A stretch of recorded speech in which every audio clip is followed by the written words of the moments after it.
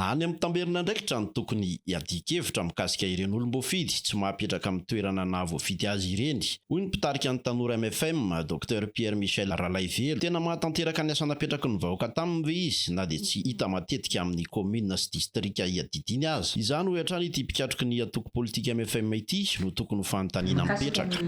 Député sy ny maire zay hoe mety hoe tsy mipetraka any amin'ny toerana misy azy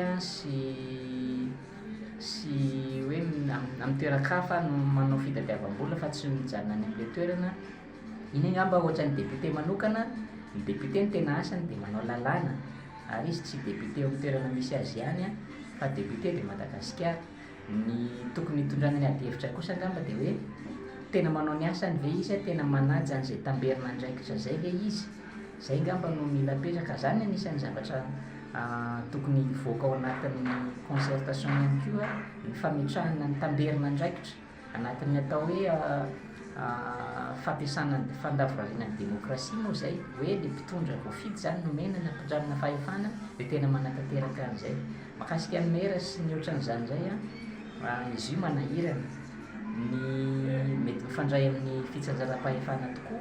Mila petraka hoe inona tokoa ny tena iraka ampanaovina an'ireny olona ireny ary tena avelantsika manao manatanteraka an'izay tokoa ve izy. Dia io zao menomenona ohatra hoe miandry vola avy any ambony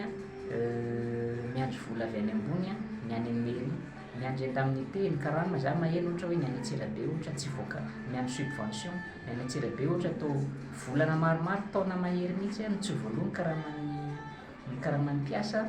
Dia zany miandry vahaolana avy any amin'ny fitondrana foibe. Za zany anisan'ny mila jerena daholo ao anatin'le hoe ametraka fitsinjaram-pahefantsika hoe tokony misy vola miainga avy ny fotony mbola eny dia efa mihitsana le vola efa mijanona voatazona any aminazy fa tsy miandry tonga aty amin'ny fitondrana foibe dia aveo mbola mandeha taxi borosy miakatra aty le vola zay vao mandeha taxi borosy miverina makany zay dia indraindray moa tsy tonga mihitsy fa tokony ihany dia efa voatazona hoe rehefa misy vola miditra eto tonga dia aty tonga dia automatique mijanona any amin'ny commune. Tsy miandry olombelona zay, tsy miandry olona manao an'izay décision zay fa tonga dia efa anatin'ilay système tokony zay tokony izy dia ahafahan'ny zareo miasa tokoa.